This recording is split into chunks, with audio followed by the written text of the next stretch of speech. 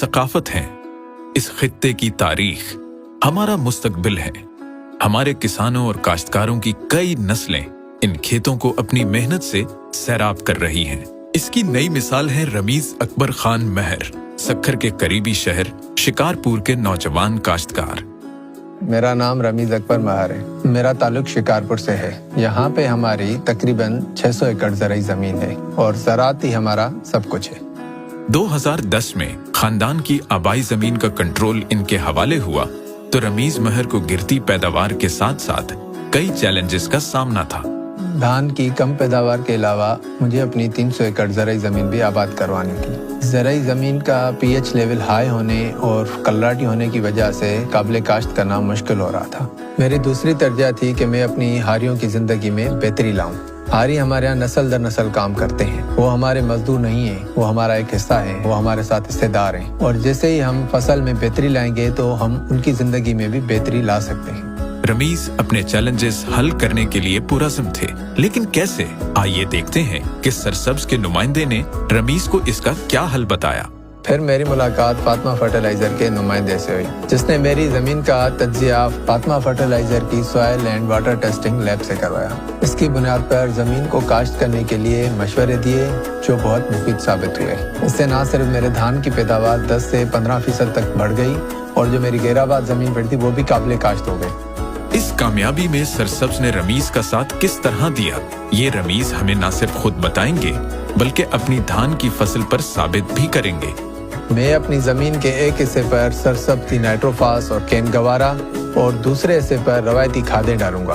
दोनों प्लाटों में जमीन, बीज और काश्तकारी का तरीका एक जैसा है, सिर्फ फर्क इसमें है खादों का।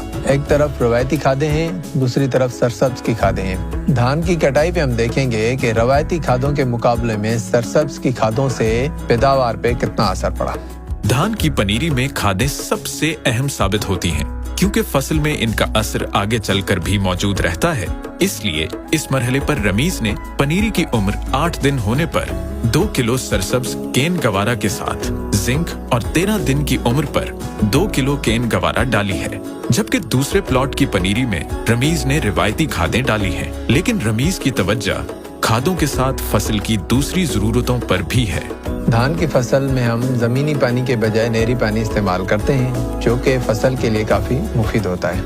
रमीज समझते हैं कि ज़राअत की तरक्की के लिए नए अंदाज से सोचना वक्त की जरूरत है। इसी सोच के तहत उन्होंने आम खादें छोड़कर सरसब्ज खादों का इंतखाब किया।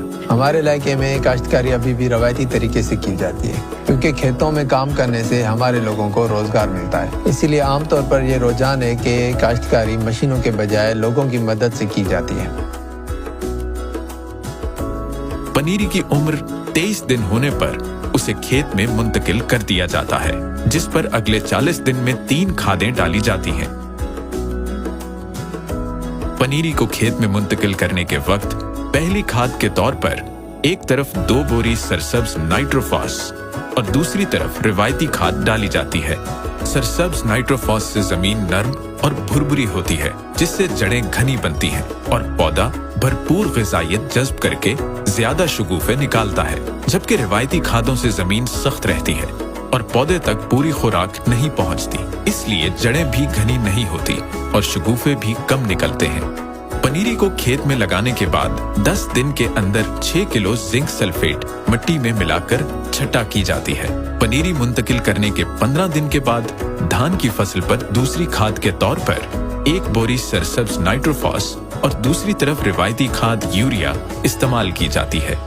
फसल के एक हिस्से पर सरसब्ज खादें डालने से रमीज को फी पौधा 24 शगुफ़े हासिल हुए हैं, जबकि रिवायती खादों से शगुफ़ों की तादाद 16 रही। ज्यादा शगुफ़ों का मतलब है ज्यादा पैदावार। पनीरी की मुंतकिली के 30 दिन बाद धान की फसल पर तीसरी और आखिरी खाद 1 बोरी सरसब्ज केन गवारा और दूसरी तरफ रिवायती खाद यूरिया डाली जाती है। कुछ ही दिन बाद फसल गोब की हालत में आ जाती है। गोब के मरहले में फसल का कद निकलता है और सिट्टे बनते हैं। अगर खाद अच्छी हो तो कद अच्छा निकलता है और सिट्टे मोटे बनते हैं। इसीलिए जमीन में मैंने एक तरफ सरसब्ज की केन गवारा और दूसरी तरफ रवायती खाद यानी यूरिया इस्तेमाल किया है। फसल की उम्र 50 से 70 दिन होने पर काश्तकार को बहुत होशियार रहने की जरूरत होती है। इस दौरान धान पर मुख्तलिफ कीड़ों और बीमारियों के हमले का खतरा रहता है। इसके लिए मयारी फंजीसाइड स्प्रे और दानेदार कीड़े मार जहर की जरूरत पड़ती है। 100 से 120 दिन में धान की फसल कटाई के लिए तैयार हो जाती है। फसल के जिस हिस्से पर मैंने सरसब्ज की नाइट्रोफास और कैन गवारा इस्तेमाल की थी, उसके सिट्टे वाज़े तौर पर ज़्यादा हैं और सेहतमंद भी है। यही नाइट्रोफास और कैन गवारा की सबसे बड़ी खूबी है कि वो ज़मीन में देर तक रहती है और फौरी असर करती है, जिसमें पौधे को ग़िज़ाइयत की कमी नहीं आती और इजाफी पैदावार मिलती है। दोनों फसलों के फर्क से वाज़े है कि सरसब्ज की नाइट्रोफास और केन गवारा की मुनफरिद खूबियां फसल की 10% से भी ज्यादा इजाफी पैदावार देती है।